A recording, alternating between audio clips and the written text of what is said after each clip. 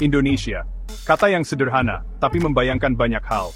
Sawah yang hijau, gunung berapi yang menjulang, kota-kota yang ramai, dan budaya yang beragam.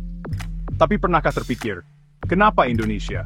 Bagaimana pulau-pulau yang tersebar di khatulistiwa ini bisa bersatu dengan nama ini?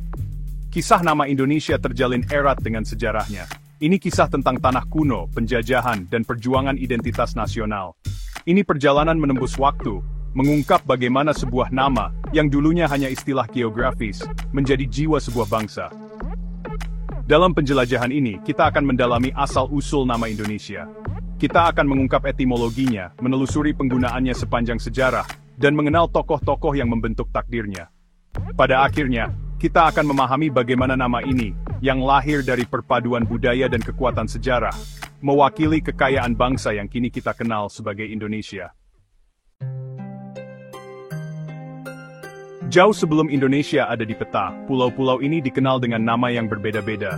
Bagi penduduk asli, kepulauan ini merupakan permadani identitas lokal, Jawa, Sumatera, Bali dan tak terhitung lainnya. Lokasi strategis Nusantara di jalur perdagangan menyebabkan interaksi dengan berbagai peradaban. Nama Indonesia sendiri berakar dari bahasa Yunani dan Latin. Indus merujuk pada wilayah Sungai Indus, dan Nessos berarti pulau.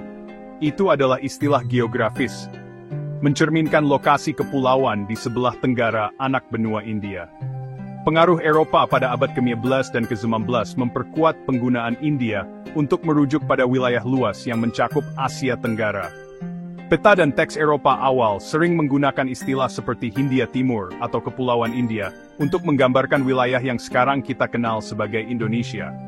Label-label ini, meskipun secara geografis deskriptif, tidak memiliki gaung identitas nasional yang menyatu. Benih-benih nama Indonesia ditaburkan selama periode eksplorasi dan eksploitasi kolonial ini, tetapi butuh berabad-abad untuk mekar menjadi identitas nasional. Istilah Indonesia tidak banyak digunakan hingga abad ke-19. Istilah ini pertama kali muncul di kalangan akademis, diadopsi oleh akademisi Eropa yang mempelajari bahasa, budaya, dan sejarah wilayah tersebut. Salah satu tokoh penting adalah George Samuel Windsor Earl, seorang etnolog Inggris. Pada tahun 1850, ia mengusulkan Indonesian sebagai istilah yang lebih akurat untuk menggambarkan penduduk kepulauan tersebut, membedakan mereka dari orang-orang India. Tokoh penting lainnya adalah Adolf Bastian, seorang sarjana Jerman. Tulisan-tulisannya yang ekstensif tentang wilayah tersebut mempopulerkan istilah Indonesia di kalangan akademis selama akhir abad ke-19. Seiring dengan meningkatnya penggunaan Indonesia di kalangan akademisi, istilah ini perlahan meresap ke dalam gerakan nasionalis yang sedang berkembang. Cendekiawan Indonesia yang berusaha melepaskan diri dari penjajahan, menyadari kekuatan dari sebuah nama pemersatu. Bagian 4, negara terbentuk, kemerdekaan dan identitas. Awal abad ke-20 menyaksikan lonjakan nasionalisme Indonesia. Intelektual, penulis, dan aktivis mulai menggunakan Indonesia untuk menyuarakan aspirasi mereka untuk sebuah bangsa yang merdeka dan bebas. Nama itu beresonansi dengan semangat persatuan dan tekad untuk menentukan nasib sendiri. Selama perjuangan kemerdekaan dari penjajahan Belanda, Indonesia menjadi lebih dari sekadar istilah geografis. Indonesia berubah menjadi simbol identitas nasional yang kuat, menyatukan beragam etnis, bahasa, dan budaya di bawah satu bendera. Akhirnya pada tanggal 11 Agustus 1945, Indonesia memproklamasikan kemerdekaannya.